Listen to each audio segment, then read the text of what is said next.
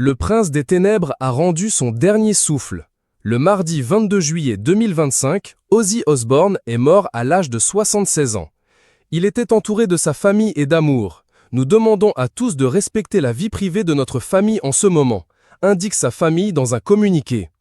L'emblématique frontman du groupe Black Sabbath souffrait de la maladie de Parkinson, diagnostiquée en 2019, et d'emphysème. Ce mercredi 30 juillet, plusieurs milliers de fans ont afflué à Birmingham, en Angleterre, dans l'espoir d'apercevoir le cortège funéraire de l'enfant de la ville.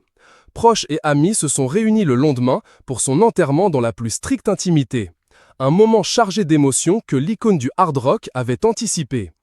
Ozzy Osbourne avait les idées bien arrêtées pour ses funérailles. J'ai dit à Sharon, sa femme, NDR, « Ne m'incinère pas, peu importe ce que tu fais », peut-on lire dans son autobiographique I Am Ozzy, paru en 2009.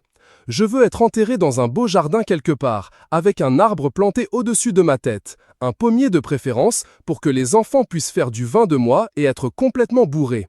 Le moment venu, sa famille a respecté cette dernière volonté presque à la lettre. Le père de Sharon, Osbourne, repose désormais dans le jardin de son somptueux domaine, situé dans le comté de Buckinghamshire, au sud-est de l'Angleterre. Reste à savoir si sa femme Sharon a l'intention d'inciter sa fille à faire une cuvée au nom du défunt.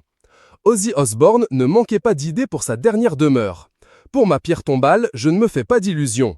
Quand je ferme les yeux, je peux déjà lire Ozzy Osbourne, né en 1948, mort n'importe quand. Il a décapité une chauve-souris avec les dents, s'amusait-il à imaginer, comme le rappellent nos confrères de The Express.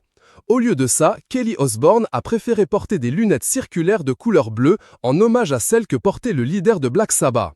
Aimait arborait quant à elle, une broche en forme de chauve-souris, clin d'œil à ce concert au cours duquel le chanteur avait décapité l'un de ses animaux. Son fils, Jack, avait choisi une cravate noire agrémentée d'une croix argentée en souvenir des bijoux que portait le défunt.